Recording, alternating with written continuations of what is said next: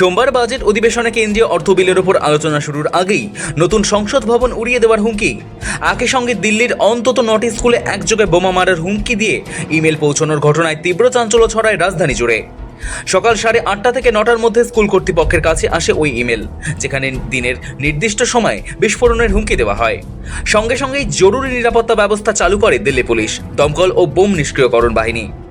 যেসব স্কুলে হুমকির ইমেল এসেছে তার মধ্যে রয়েছে Loreto convent school, Cambridge school, Venkateshwar school, Cambridge school, the Indian school, CM school, DTA school এবং বালভারতী স্কুল।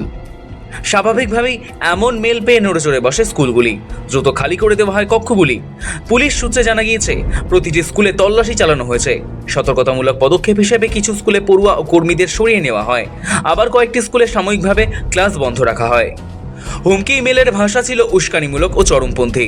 দিল্লি পুলিশ জানিয়েছে, ইমেলে দাবি করা হয়েছে দিল্লি হবে খালিস্তান এবং সেখানে খালিস্তান ন্যাশনাল আর্মির কথা উল্লেখ রয়েছে। পাশাপাশি আফজল গুরুর নামও টানা হয়েছে।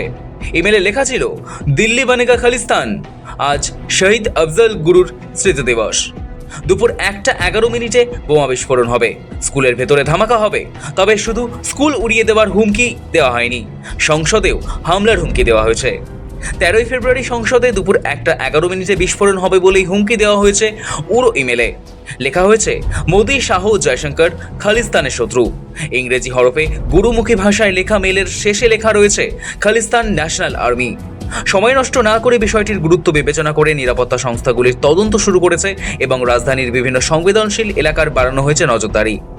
পুলিশের তরফে সাধারণ নাগরিকদের আতঙ্কিত না হওয়ার আবেদন জানানো হয়েছে এবং কেবলমাত্র সরকারি সূত্র থেকে প্রাপ্ত তথ্যের ওপর ভরসা রাখার পরামর্শ দেওয়া হয়েছে।